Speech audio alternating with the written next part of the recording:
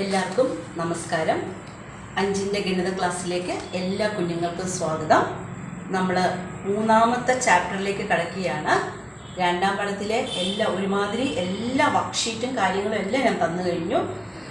ഇനി നമ്മൾ 3ാം ചാപ്റ്ററിലോട്ട് കടക്കുകയാണ്. ചാപ്റ്ററിൻ്റെ പേര് തന്നെ ഈക്വൽ ഷെയറിങ്. എന്താ ഈക്വൽ ഷെയറിങ്?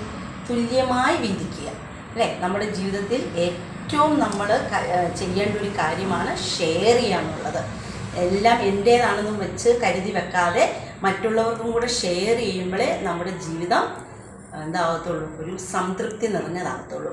ഇപ്പോൾ നിങ്ങളുടെ അടുത്തിരിക്കുന്ന കുട്ടിക്ക് ഒരു പേനയില്ലെങ്കിൽ, നിങ്ങളുടെ കയ്യിൽ 2 പേന ഉണ്ടെങ്കിൽ ഒരു പേന നമ്മൾ എന്ത് ചെയ്യണം?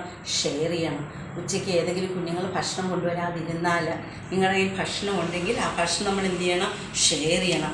വീട്ടിലെ കുടുംബാംഗങ്ങൾ തമ്മിൽ എന്ത് ചെയ്യണം? അങ്ങോട്ടും ഇങ്ങോട്ടും ചേട്ടനായാലും അനിയനായാലും അമ്മയാണെങ്കിലും എല്ലാവരും എന്ത് ചെയ്യണം? ഷെയർ ചെയ്യണം. എന്തോ ഷെയർ ചെയ്യുക എന്ന് പറഞ്ഞാൽ വീതം വയ്ക്കുക അല്ലേ? അപ്പോൾ ആ ഒരു വീതം വയ്ക്കുക, എങ്ങനെ നമ്മൾ ഈക്വൽ ഷെയറിങ് ചെയ്യും, എങ്ങനെ തുല്യമായിട്ട് വീതം വെക്കും, ഏത് രീതിയിൽ വെക്കും എന്നുള്ളതിനെ പറ്റിയാണ് നമ്മൾ ഈ ക്ലാസ്സിൽ ചർച്ച ചെയ്യുന്നത്.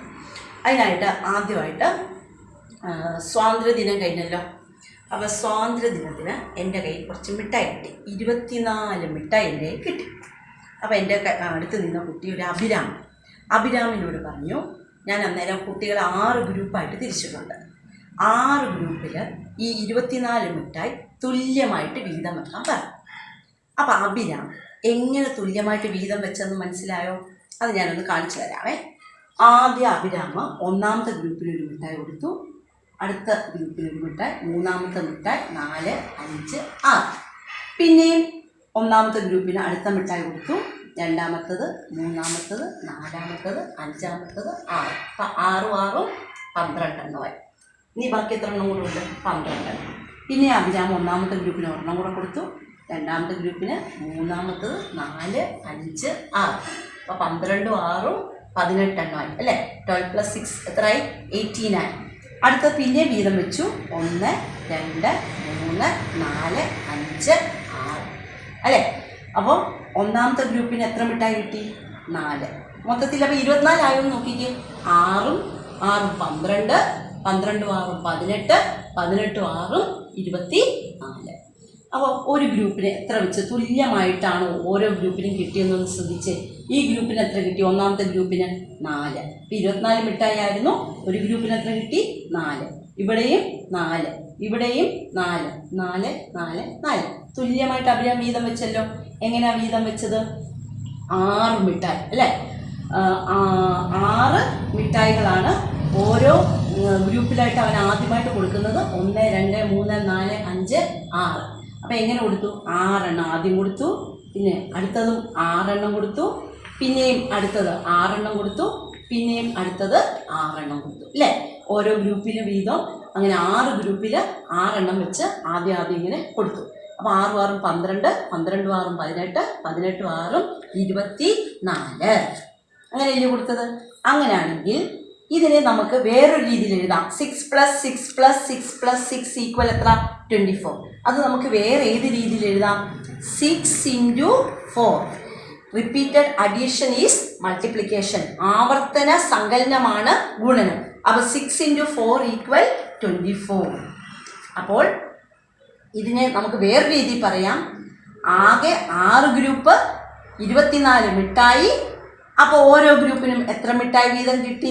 4 മിഠായി വീതം കിട്ടി. അതപ്പോൾ വേറെ രീതി നമുക്ക് എഴുതാം. എങ്ങനെ എഴുതാം? 24 ÷ 6 = 4. ഇതൊരു ചിഹ്നം നിങ്ങൾ പഠിച്ചിട്ടുണ്ടായിരിക്കും അല്ലേ? ഡിവിഷൻ. ഇത് മൾട്ടിപ്ലിക്കേഷൻ. 24നെ 6 കൊണ്ട് ഡിവൈഡ് ചെയ്യുമ്പോൾ എത്ര കിട്ടും? 4. അത് ഇവിടെ നോക്കിയേ. 6നെ എന്തുകൊണ്ട് ഗുണിക്കുമ്പോഴാണ് 24 കിട്ടുന്നത്? 4 കൊണ്ട് ഗുണിക്കുമ്പോൾ അല്ലേ? 6നെ 4 കൊണ്ട് ഗുണിക്കുമ്പോഴാണ് 24 കിട്ടുന്നത്. അത് നമ്മൾ മറ്റൊരു രീതിയിൽ എഴുതുകയാണ്. 24നെ 6 കൊണ്ട് ഡിവൈഡ് ചെയ്യുമ്പോൾ എന്ത് കിട്ടുന്നു? 4 കിട്ടുന്നു. മനസ്സിലായല്ലോ?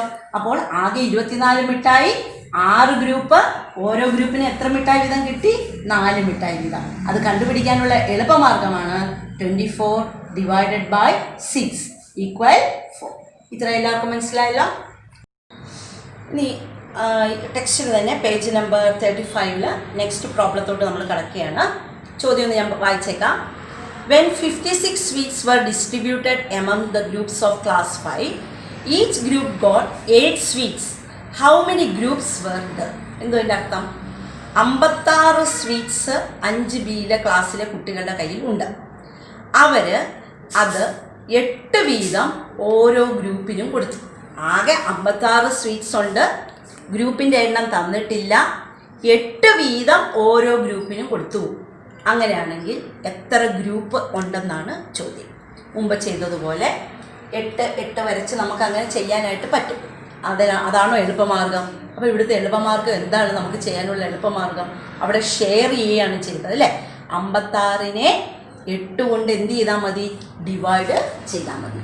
56 ഡിവൈഡഡ് ബൈ 8. അത് കാണാനുള്ള എളുപ്പമാർഗം എന്തുവാ? അതിന് ടേബിൾ നല്ലപോലെ അറിയണം, ടേബിൾ നല്ലപോലെ പഠിക്കണം.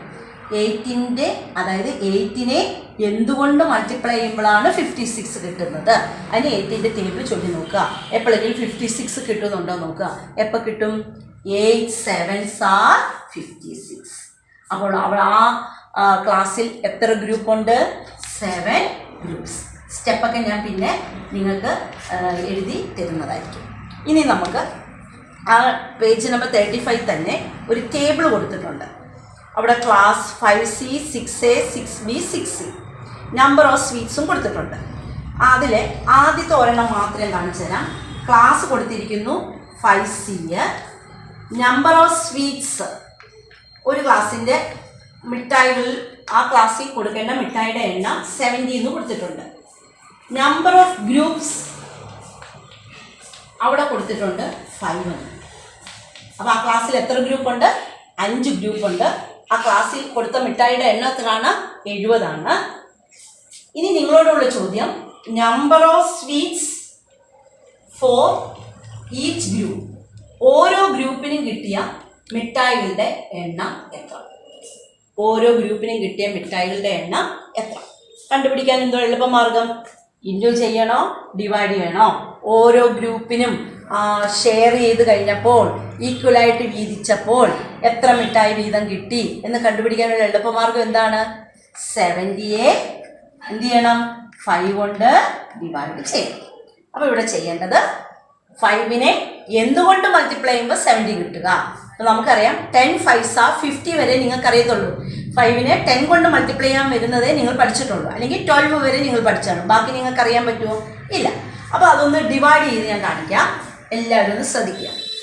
70യെ നമ്മൾ എന്തുകൊണ്ട് ഡിവൈഡ് ചെയ്യാണ്? 5 കൊണ്ട്. അപ്പോൾ ആദ്യം ഇങ്ങനെ ഒരു വര ഇടുക, 7 തിരിച്ചിടുക. 7 ഇങ്ങനെയല്ലേ ഇടുന്നത്, ആ 7 ഇങ്ങനെ തിരിച്ചിട്ടു. ആ 70യെ എന്തുകൊണ്ട് ഡിവൈഡ് ചെയ്യാണ്? 5 കൊണ്ട് ഡിവൈഡ് ചെയ്യണം. ആദ്യം നമ്മൾ എടുക്കേണ്ട നമ്പർ 1s പ്ലേസ് അല്ല നോക്കേണ്ടത്, അതിൻ്റെ തൊട്ടടുത്ത പ്ലേസ്. ആരെവിടെ കിടക്കുന്നത്? 10സിൻ്റെ പ്ലേസ് ആണ്. ആരാണത്? 7.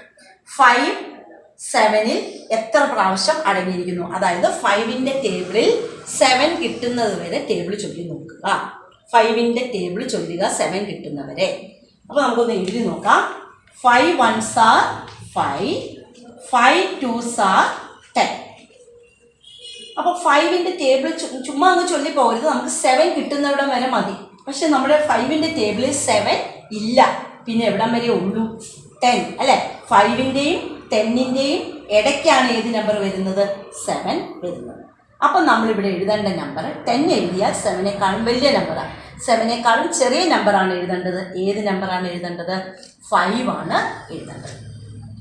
ഇനി നോക്കുക, 5നെ എന്തുകൊണ്ട് മൾട്ടിപ്ലൈ ചെയ്തപ്പോൾ 5 കിട്ടി? എന്തുകൊണ്ട് മൾട്ടിപ്ലൈ ചെയ്തപ്പോഴാണ്? 1 അല്ലേ? 1 5s are 5. 1 ഗുണം 5 5. ഇനി എന്ത് ചെയ്യണം? നമ്മൾ മൈനസ് ചെയ്യുക. 7 minus 5. 7 minus 5 2. എന്നിട്ട് നമ്മൾ അടുത്ത പ്ലേസ്, ഏത് പ്ലേസ് ആണ്? 1സിൻ്റെ പ്ലേസ് ഏതാണ്? 0. അത് ആ 2ൻ്റെ തൊട്ടടുത്ത് തന്നെ എഴുതുക. അപ്പോൾ കിട്ടുന്ന നമ്പർ ഒന്ന് വായിക്കുക, 20.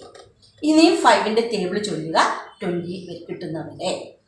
5 20ൽ എത്ര ടൈംസ് അടങ്ങിയിരിക്കുന്നു? എത്ര ടൈംസ് ആണ്? 4 ടൈംസ് അല്ലേ? 5 4s are 20.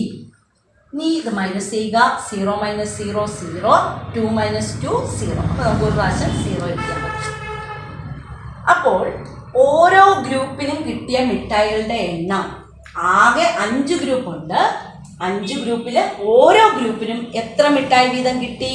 14 മിഠായി വീതം കിട്ടി അല്ലേ? 14 × 5 14 × 5 ചെയ്താൽ എന്ത് കിട്ടും? നമുക്ക് 70 കിട്ടും. ഇത് മനസ്സിലായോ? ഇതുപോലെ തന്നെയാണ് ബാക്കി 6Aയുടെ ഒരു കണക്ക് ചെയ്യാനുണ്ട്, 6Bയുടെ കണക്ക് ചെയ്യാനുണ്ട്, 6Cയുടെ കണക്ക് ചെയ്യാനുണ്ട്. ഇത് ഇത്രയും നിങ്ങൾക്ക് ചെയ്യാൻ പറ്റുമല്ലോ. ഓക്കെ, പേജ് നമ്പർ 36 പ്രോബ്ലംസിലോട്ട് നമ്മൾ കടക്കുകയാണ്. ഓരോ ആക്ടിവിറ്റി ആയിട്ട് നമുക്ക് പോകാം. ആദ്യത്തെ activity, the total price of 7 pens is 98 rupees. All of the same prices. What is the price of 1 pen? 7 പേനയുടെ ആകെ വില 98 രൂപ. 7 പേനകളുണ്ട്, ആ 7 പേനയ്ക്കും കൂടെ 98 രൂപ. എല്ലാത്തിനും ഒരേ വിലയാണ്. അങ്ങനെയാണെങ്കിൽ ഒരു പേനയുടെ വില എങ്ങനെ കണ്ടുപിടിക്കും? ഒത്തിരി കാര്യം തന്നിട്ട് ഒരു കാര്യം കണ്ടുപിടിക്കാൻ പറയുമ്പോൾ എപ്പോഴും നമ്മൾ എന്താ ചെയ്യേണ്ടതെന്ന് അറിയാമോ? ഡിവൈഡാണ് ചെയ്യേണ്ടത്. അപ്പോൾ നമുക്ക് ഒറ്റ സ്റ്റെപ്പ് മതി. ഒന്നാമത്തെ ചോദ്യത്തിൻ്റെ ആൻസറാണ് price of 1 pen. Price of 1 pen equal എങ്ങനെയാണ് ചെയ്യുന്നത്? ആകെ 7 പേനയുടെ വില എത്രയാണ്? 98 രൂപ. അങ്ങനെ എത്ര പേനയുണ്ട്? 7 പേന. എല്ലാ പേനയുടെ വില ഒന്ന് തന്നെയല്ലേ? അപ്പോൾ ഒരു പേനയുടെ വില കാണാൻ 98നെ 7 കൊണ്ട് എന്ത് ചെയ്യണം? ഡിവൈഡ് ചെയ്യണം. വർക്കിംഗ് കോളത്തിൽ വേണം നമ്മൾ ഡിവൈഡ് ചെയ്യാനായിട്ട്. 98നെ 7 കൊണ്ട് ഡിവൈഡ് ചെയ്യുകയാണ്. നമ്മൾ മുമ്പ് ചെയ്തതുപോലെ തന്നെ ആദ്യം എടുക്കേണ്ട നമ്പർ ആരാണ്? 9. 7 9ൽ എത്ര ടൈംസ് ഉണ്ടെന്ന് നോക്കുക. 7ൻ്റെ ടേബിൾ ചൊല്ലുക. 1 7s are 7, 2 7s are 14. 14 എന്ന് പറയുന്നത് 9നേക്കാളും വലിയ നമ്പറാണ്. ആ വലിയ നമ്പർ എഴുതാൻ പാടില്ല. പിന്നെ ഏതാ എഴുതുന്നത്? 1 7s are 7 എന്ന് എഴുതാം. ഇത്രയും മനസ്സിലായല്ലോ? ഇനി മൈനസ് ചെയ്യുക. 9ൽ നിന്ന് വേണം 7 മൈനസ് ചെയ്യാൻ. മൈനസ് ചെയ്യാനൊക്കെ ഇഷ്ടക്കണക്കിന് പഠിച്ചു കഴിഞ്ഞു. അപ്പോൾ എത്ര വന്നു? 2. ഇനി ഏത് നമ്പർ താഴെ ഇറക്കുക? 8. 4 എന്നീ 7ൻ്റെ ടേബിളിൽ 28 എപ്പോൾ കിട്ടുമെന്ന് നോക്കുക. 4 7s are 28. 28 minus 28 0. അപ്പോൾ what is answer? Price of 1 pen equal ₹40. അത് മനസ്സിലായല്ലോ നല്ലപോലെ? ഇനി നമുക്ക് രണ്ടാമത്തെ ചോദ്യത്തിലോട്ട് കടക്കാം. രണ്ടാമത്തെ ചോദ്യം ശ്രദ്ധിക്കുക. അമൽ boat 6 notebooks, all of the same price. He gave 100 rupee note and the shopkeeper gave him 4 rupees back.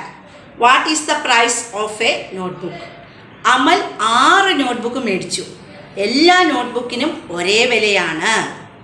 അതുകൊണ്ട് അവൻ്റെ കയ്യിൽ അമ്മ 100 രൂപ കൊടുത്തു വിട്ടു. 100 രൂപ അവന് ഷോപ്പ് കീപ്പറിന് കൊടുത്തപ്പോൾ 4 രൂപ ഷോപ്പ് കീപ്പറിന് തിരിച്ചു കൊടുത്തു. അവന് അമലിൻ്റെ കൊടുത്തു. അപ്പോൾ 100 രൂപ കൊടുത്തപ്പോൾ 4 രൂപ തിരിച്ചു കൊടുത്തല്ലോ. അപ്പോൾ പേനയ്ക്ക് എല്ലാം കൂടെ എത്ര രൂപയായി? 6 പേനയ്ക്കും കൂടെ എത്ര രൂപയായി? അത് എനിക്ക് പറയാൻ പറ്റുമോ? നമുക്ക് ഒറ്റയടിക്ക് പറയാം അല്ലേ? 6 പേനയുടെ വില, കോസ്റ്റ് ഓഫ് 6 pence എങ്ങനെ കണ്ടുപിടിക്കും? 100 രൂപ കൊടുത്തപ്പോൾ 4 രൂപ തിരിച്ചു തന്നില്ലേ? അപ്പോൾ 6 പേനയ്ക്കും കൂടെ എത്ര രൂപയായി? 100ൽ നിന്ന് 4 കുറയ്ക്കുക. 100 minus 4 എത്രയാണ്? ₹96. അത് മനസ്സിലായല്ലോ? അപ്പോൾ 6 പേനയ്ക്കും കൂടെ 96 rupees. അപ്പോൾ ഷോപ്പ് കീപ്പർ 100 രൂപ കൊടുത്തപ്പോൾ 4 രൂപ തിരിച്ചു തന്നു ഇല്ലേ? അങ്ങനെയാണെങ്കിൽ ഒരു പേനയുടെ വിലയാണ് നമ്മളോട് ചോദ്യം. 6 പേനയ്ക്കും കൂടെ 96 രൂപയാണെങ്കിൽ ഒരു പേനയുടെ വില എങ്ങനെ കണ്ടുപിടിക്കും? 96നെ 6 കൊണ്ട് എന്ത് ചെയ്യുക? ഡിവൈഡ് ചെയ്യുക. ആ ഡിവൈഡ് ചെയ്യുന്നത് ഞാൻ ഇങ്ങോട്ട് ചെയ്ത് 96നെ 6 കൊണ്ട് നമുക്ക് ഡിവൈഡ് ചെയ്യാം. 96 ഡിവൈഡഡ് ബൈ 6. 6ൻ്റെ ടേബിളിൽ 9 എത്ര ടൈംസ് വരും നോക്കാം അല്ലേ? 1 6 are 6. അത്രയല്ലേ വരത്തുള്ളൂ. 9 6 പ്രാവശ്യമേ ഇതിനകത്ത് അടങ്ങിയിട്ടുള്ളൂ. 1 6 6. 1 6 are 6. 9ൽ നിന്ന് 6 കളയുക. അപ്പോൾ എത്ര വരും? 3. അടുത്ത പ്ലേസ് താഴെ ഇറക്കുക. 6. അപ്പോൾ 36. 6ൻ്റെ ടേബിളിൽ 36 എത്ര ടൈംസ് അടങ്ങിയിട്ടുണ്ട്? എത്ര ടൈംസ് അടങ്ങിയിട്ടുണ്ട്? 6 ടൈംസ് അടങ്ങിയിട്ടുണ്ട്. 6 6 are 36. 36 minus 36 0. അപ്പോൾ വാട്ട് ഇസ് ആൻസർ? ഒരു പേനയുടെ വില എത്രയാണ്? 16 രൂപ. ₹60. എല്ലാവർക്കും മനസ്സിലായല്ലോ? ഇതെല്ലാം നമ്മുടെ നോട്ട്ബുക്കിൽ എഴുതുക. അടുത്ത 3-ാമത്തെ 4-ാമത്തെ 5-ാമത്തെ ചോദ്യങ്ങൾ ഇത് നമ്മുടെ നോട്ട്ബുക്കിൽ ചെയ്യണം. ചില ചോദ്യങ്ങൾ നിങ്ങൾക്ക് സംശയം വരും. ഞാൻ ആ ചോദ്യങ്ങളുടെ ആൻസേഴ്സൊക്കെ ഒന്ന് വോയിസ് ക്ലിപ്പിലൂടെ പറഞ്ഞു തരാം. അതനുസരിച്ച് നിങ്ങൾ ചെയ്യുക. ഇത്രയും നേരം എൻ്റെ ക്ലാസ് ശ്രദ്ധിച്ച എൻ്റെ എല്ലാ കുഞ്ഞുങ്ങൾക്കും നന്ദി അറിയിക്കുന്നു.